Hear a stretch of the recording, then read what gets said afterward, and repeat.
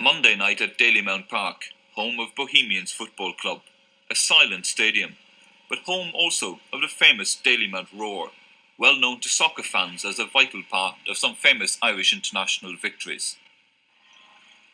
On this Monday night, the stadium's shape is being changed. Huge steel fences are already firmly in place. Workmen put the finishing touches to an elaborate set of security measures. They're designed to reduce the risk of violence at the big game between Bohemians and Glasgow Rangers the following night. Rival sets of fans will in effect be caged in to separate pens.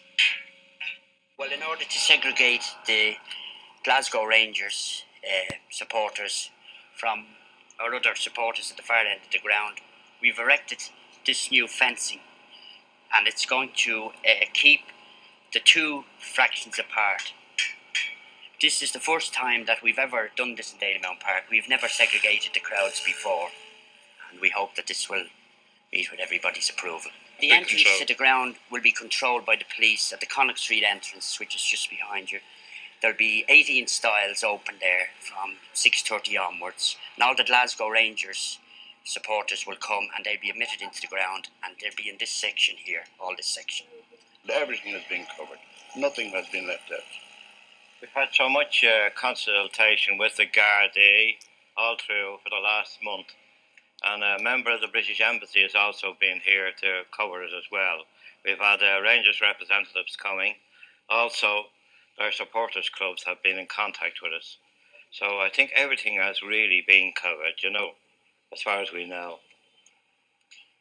A confident air that the best laid plans would work out on the night. And to prove how difficult it is to scale the steel fencing, a trial demonstration was arranged for our camera. On Monday night, at any rate, this young soccer fan had to concede defeat and climb down. The verdict amongst officials present was one of satisfaction. Tuesday night, and with the kick-off less than 2 hours away, Gardaí have already positioned themselves across the terraces, waiting for the fans who by now are beginning to warm up outside Dalymount Park. The Rangers fans are in good voice, chanting and shouting traditional slogans. They arrive in large groups, carrying their colours and emblems.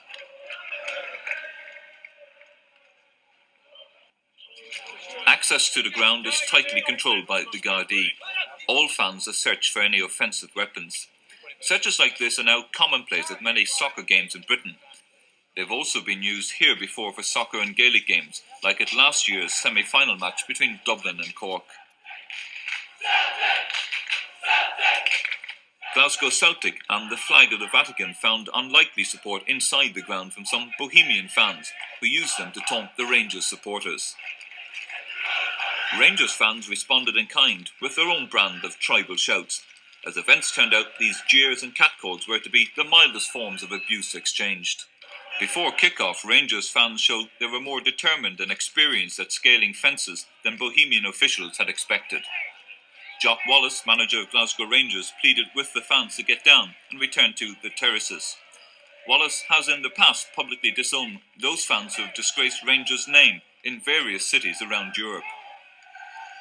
But some of these young fans seemed more intent on invading the pitch than listening to Mr. Wallace. The apparent ease with which the fences were climbed so early on did not augur well for preventing any large-scale pitch invasion later in the evening. But at this early stage, both sides appeared more interested in watching the game than in fighting each other and the police. On the football pitch, Glasgow Rangers started like the favourites they were, and this early goal put them in high spirits. But Bohemians fought back bravely to go on to an unexpected victory.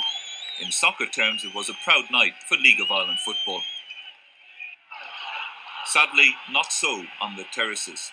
Both sets of supporters burned national flags in provocative gestures. The confrontation, which had threatened earlier, was coming to a head. As things started to get out of hand, Gardaí prepared to move in amongst the crowd. Soon, casualties on all sides started to mount quickly. By now, the football had unfortunately been relegated almost to being a side issue.